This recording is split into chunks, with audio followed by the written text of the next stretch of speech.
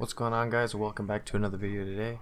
Today we'll be continuing the A to Z series that I'm doing for Paladins, and we are on Androxus.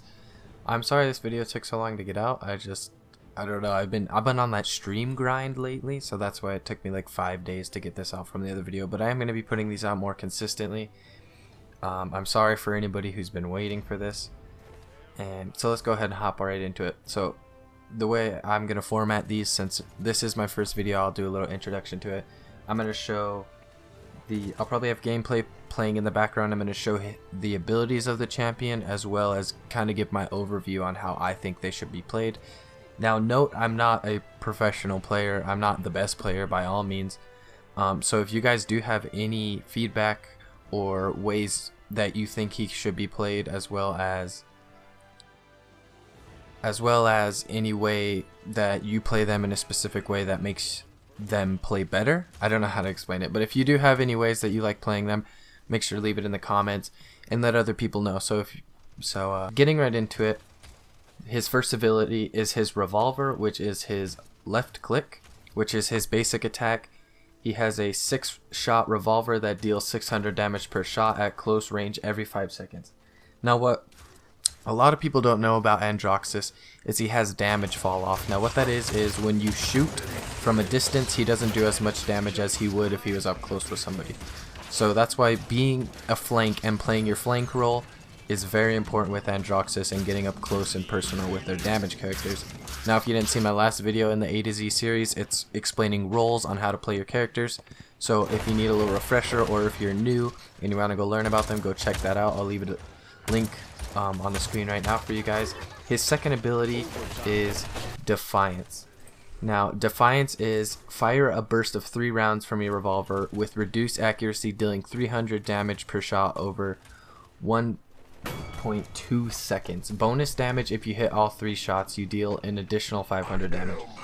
Now this ability, when I play Androxus, it's not a main ability for me. This ability is when I'm super up close to people, or I also use it kind of as a spray.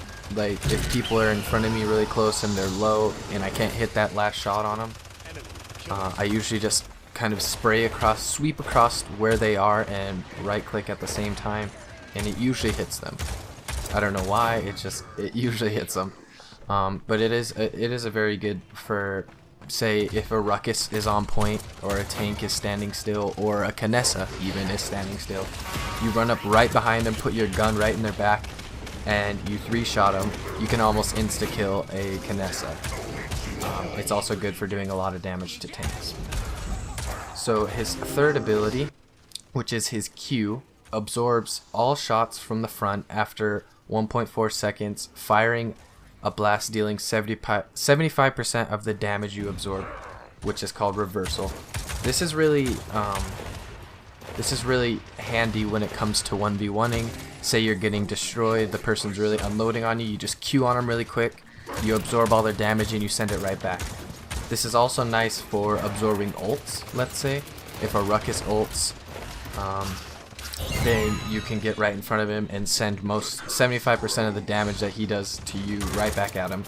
So reversal is very handy, and it helps out a lot in a lot of situations. His fourth ability, which is his F, is quickly dash forward in any direction. It's called Nether Step. It's quickly dash forward in any direction, can be used 3 times before going on cooldown. Hold jump while in the air to reduce fall speed. So that's another cool thing about Androxus, is he kind of floats down to the ground. So you kind of have another, I don't know how to explain it, another advantage against people when you're 1v1ing. You can go up in the air and float. So that's one main thing about Androxus, is learning how to aim while floating. You can do a lot of damage, because it's a lot harder for people to aim up than if you're just on the ground. They have to look more places, and if you're moving constantly, getting behind them, floating above them, it's going to be a lot harder for them to kill you. So his fifth ability, his ultimate, which is a cursed aim. So being flying, okay, that's a typo in this.